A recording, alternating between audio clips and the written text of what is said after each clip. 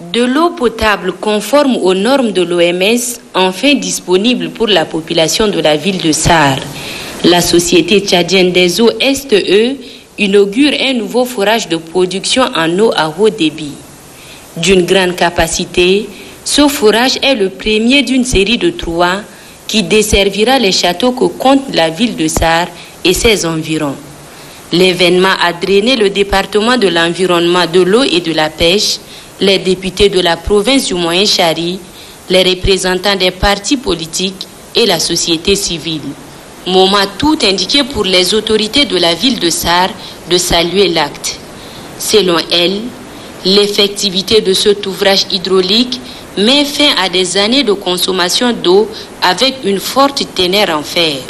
Je voudrais exprimer toute ma joie et ma reconnaissance au gouvernement et particulièrement au ministre de l'Environnement, de l'eau et de la pêche et les encourager à continuer à appuyer le secteur de l'eau.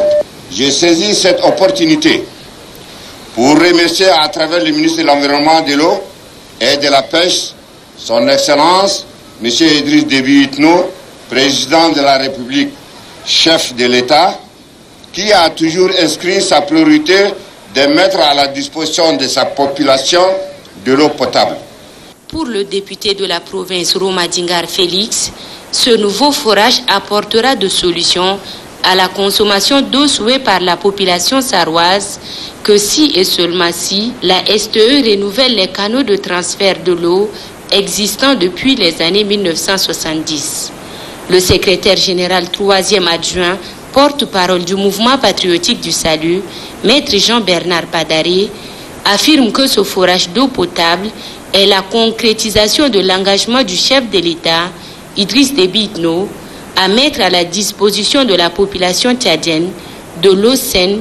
La STE, au service de la population depuis plusieurs décennies, continuera à améliorer la qualité de ses services pour le bien-être de la population, a laissé entendre la directrice générale de la STE. À cet effet, permettez-moi de vous annoncer que ce projet est financé entièrement sur fonds propres de la STE et aucun partenaire n'a été associé à sa réalisation. C'est l'occasion à cet effet de remercier l'ensemble du personnel de la STE qui n'a ménagé aucun effort pour faire aujourd'hui de ce projet une réalité pour la ville de Sarr. À la suite, une vaste opération de lavage, rinçage et de vidange de conduite sera enclenchée pour évacuer les dépôts des matières ferrugineuses afin de pouvoir distribuer cette nouvelle eau potable. Koubra Hissène Itno lance également un appel à l'endroit des ex-abonnés de la STE à venir renouveler leurs abonnements. Ça sera un engagement pour la STE à œuvrer davantage, dit-elle. Heureuse de recevoir en ce jour ce forage, la population de la ville de Sarr remet au couple présidentiel et à la STE des présents pour leurs efforts visant le bien-être de la population. Je le disais à l'entame de ce journal, nous recevons ce soir sur notre plateau M. Mohamed Alifa Moussa, directeur général du ministère de l'Environnement, de l'Eau et de la Pêche. Il y a quelques jours, le ministère de l'Environnement vient à inaugurer à Sarr, comme nous venons de le voir, un nouveau forage de production en eau de la société tchadienne d'eau. Dites-nous, comment est-on arrivé à ce résultat? Je voudrais tout d'abord rappeler que la qualité de l'eau distribuée par la société tchadienne des eaux à Sarr posait des problèmes depuis plusieurs décennies, et précisément depuis 1968, parce que l'eau contient de l'oxyde de fer et du manganèse dissous dans l'eau. Et la teneur très élevée de ces deux matériaux font en sorte que la saveur change, l'odeur également, et la couleur de ce précieux liquide est très inquiétante. Et c'est aussi par rapport à ça que, préoccupé par cette question de santé publique, son Excellence Idriss Déby Itno, président de la République du Tchad, chef de l'État, chef de gouvernement, toujours soucieux de la santé et le bien-être de la population tchadienne, a instruit la direction générale de la Société tchadienne des eaux, qui est un organisme sous tutelle du ministère de l'Environnement, à chercher les voies et moyens pour solutionner la question de l'eau, qui est une question de santé publique. Il nous a instruit, le chef de l'État nous a instruit, de trouver de l'eau de qualité pour la ville de Sarr, mais également en quantité suffisante. C'était effectivement l'influx qui nous a amenés à trouver, à chercher, à faire des recherches de prospection, et ça nous a permis de réaliser ce forage qui aujourd'hui a donné le résultat que vous avez constaté tout à l'heure. Une nouvelle source d'eau est découverte, mais qu'est-ce qui garantit que l'ancienne nappe ne va pas refaire surface? Et si cela devait arriver, quelles sont les dispositions prises pour que la population puisse consommer de l'eau répondant aux normes? Les deux nappes captées sont très différentes, parce que les premières nappes qui ont été captées sont à une profondeur de 105, 115 et respectivement 120 mètres. Nous avons cherché de l'eau plus profondément pour effectivement trouver de l'eau qui n'est pas contaminée. Et aujourd'hui, en cherchant de l'eau plus profondément, on traverse beaucoup de faciès et donc des coupes géologiques différentes. Et c'est ce qui a fait en sorte que en enlevant de l'eau, on se retrouve avec des métaux qui sont lessivés pendant tout le passage. Aujourd'hui, nous avons changé de stratégie. Au lieu d'aller à 120 mètres, nous avons cherché une nappe moyenne qui est à 50 mètres. Et donc, les deux nappes ne sont pas communicantes et nous pouvons dire sans risque de nous tromper qu'effectivement, les métaux qui ont été captés à 150, à 130 mètres ne peuvent pas contaminer la nappe qui est à 50 mètres. Cette nappe de 50 mètres a un taux de fer qui est moins, c'est de 0,07 mg par litre par rapport à une norme qui s'arrête à 0,3 mg par litre. Nous sommes 4 fois en dessous de la norme normale et ce qui est vraiment encourageant et c'est à notre honneur. Par contre, l'eau qui est consommée au départ est à une densité, à une teneur de 3,97 mètres et c'est 13,23 fois supérieur à la normale.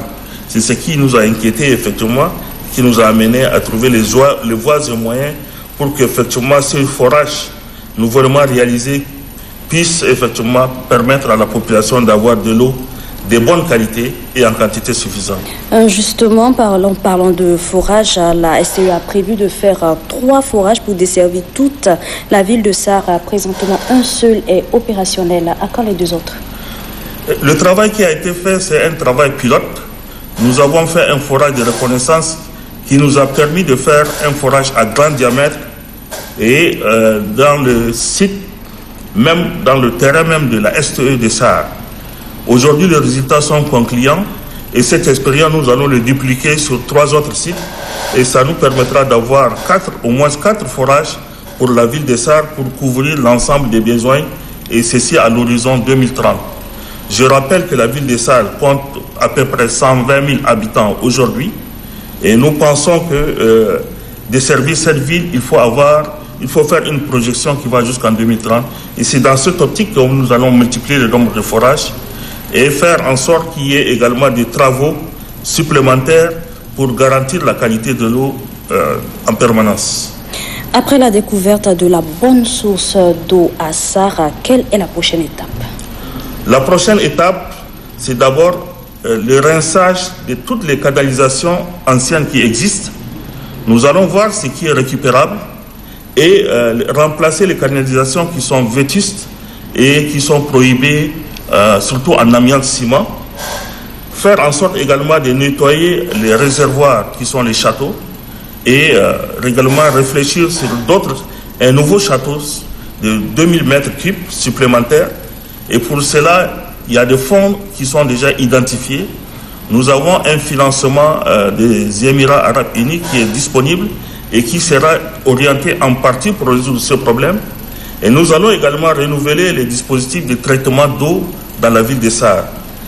Nous allons également mettre en place des dispositifs nouveaux devant améliorer la qualité des dessertes, surtout vers les quartiers périphériques. Parce que la ville de Sarr gagne en extension et il va falloir effectivement donner de l'eau aux plus éloignés de la ville également. Donc nous avons une ambition de qualité, mais également de quantité et desservir les temps en temps réel et minimiser le temps le temps de coupure d'eau. Mais au Tchad, ce n'est pas seulement la ville de Sarre qui souffre de problèmes d'eau. D'autres villes également sont concernées par ce problème. Quelle politique le ministère a-t-il mis en place pour que la population puisse avoir un accès à l'eau et surtout une bonne eau? Vous avez parfaitement raison. Nous ne sommes pas arrivés, malgré la volonté du chef de l'État et nos partenaires techniques et financiers qui nous accompagnent depuis un certain temps. Nous n'avons pas atteint le taux d'accès à l'eau potable à 100%. Nous sommes seulement à 62% de taux d'accès à l'eau. Et la tâche est immense. Le territoire est également immense. Et il doit certainement exister des poches non desservies pour lesquelles le département n'a pas perdu de vue. Et dans cette optique, le gouvernement a déjà mis en place des plans d'investissement régionaux qui relatent les besoins en eau des différentes contrées du Tchad. Nous envisageons dans les jours à venir et conformément au plan national de développement, donner de l'eau pour les villages de 1200 habitants, réaliser des forages, des châteaux d'eau à des tailles moyennes, faire des forages équipés de pompes à motricité humaine pour les villages de plus de 400 habitants et réaliser des addictions d'eau urbaine pour les grands centres. Et tout ceci en respectant effectivement le critère démographique, les critères de non-existence de points d'eau et effectivement faire en sorte également comme l'accès à l'eau est un droit universel, faire en sorte que même les gens les plus éloignés, même dans les zones de socle, puissent bénéficier de cette denrée qui est source de vie. Monsieur le directeur général, avez-vous un message de fin? Le message par rapport aux efforts que l'État est en train de faire, nous demandons à ce que la population puisse s'approprier l'ensemble des ouvrages que nous mettons à la disposition de la population. Et là où la Société tchadienne des eaux est présente, dans les plus de 20 villes, il faut qu'effectivement la population puisse s'acquitter de leurs redevances de manière à permettre à notre société effectivement de faire beaucoup plus comme elle l'a fait à Sarre, effectivement investir pour mettre à la disposition de la population de l'eau de qualité et en quantité suffisante. Monsieur le directeur général, merci beaucoup. Merci, c'est à nous de vous remercier pour le travail que vous faites.